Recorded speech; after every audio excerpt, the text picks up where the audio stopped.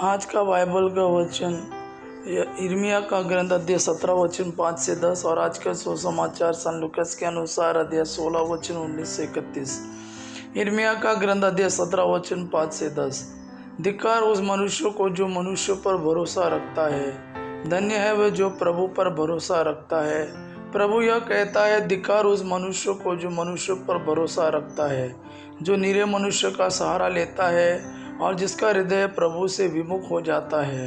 वह मरुभूमि के पौधे के सदृश है जो कभी अच्छे दिन नहीं देखता। वह मरुभूमि के उत्तप स्थानों में नूनखरी और निर्जन धरती पर रहता है।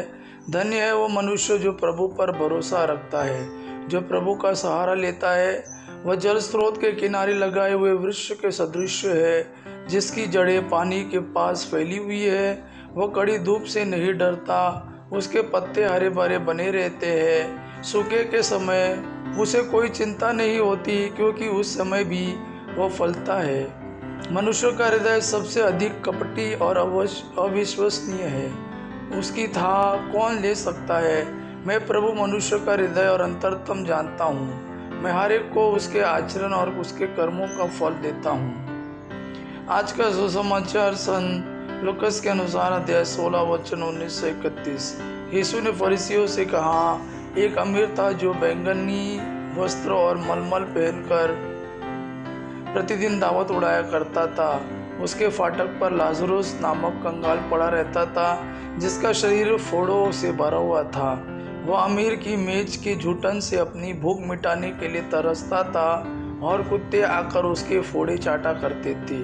वह कंगाल एक दिन मर गया और स्वर्गदूतों ने उसे ले जाकर इब्राहिम की गोद में रख दिया। अमीर भी मरा और दफनाया गया। उसने अधोलोक में यंत्रणाएं सहते हुए अपनी आंखें ऊपर उठाकर दूर से ही इब्राहिम को देखा और उसकी गोद में लाजरुस को भी। उसने पुकार कर कहा, पिता इब्राहिम, मुझ पर दया कीजिए और लाजरुस को भेजिए, जिससे वह अपनी उंगली का सिरा पानी में भिगोकर मेरी जीभ ठंडी करे, क्योंकि मैं इस ज्वाला में तड़प रहा हूँ। इब्राहिम ने उससे कहा, बेटा याद करो कि तुम जीवन में सुख ही सुख मिलाता और लाजरुस को दुख ही दुख। अब उसे यह सांत्वना मिल रही है और तुम यंत्रणा। इसके अतिरिक्त हमारे और तुम्हारे बीच एक भारी गर्त अवस्थित है। इसलिए यदि कोई तुम्हारे पास जाना भी चाहे तो वह नहीं जा सकता और कोई भी वहाँ से इस पार नहीं आ सकता। उसने उत्तर दिया, हे पिता, आपसे एक निवेदन है, आप लाजरुस को मेरे पिता के घर भेजिए, क्योंकि मेरे 5 भाई हैं। लाजरुस उन्हें चेतावनी दे, कहीं ऐसा ना हो कि वे भी यंत्रणा के इस स्थान पर में आ जाए। इब्राहिम ने उससे कहा, मूसा और नबियों की पुस्तकें उनके पास है, वे उनकी सुने। अमीर ने कहा, हे पिता इब्राहिम, वे कहाँ सुनते हैं, परंतु यदि मुर्दों में से कोई उनके पास जाए तो वे पश्चाताप करेंगे। पर इब्राहिम ने उससे कहा, जब वे मूसा और नबियों की नहीं सुनते, तब यदि मुर्दों में से कोई जी उठे तो भी वही नहीं तो वे उसकी भी नहीं मानेंगे।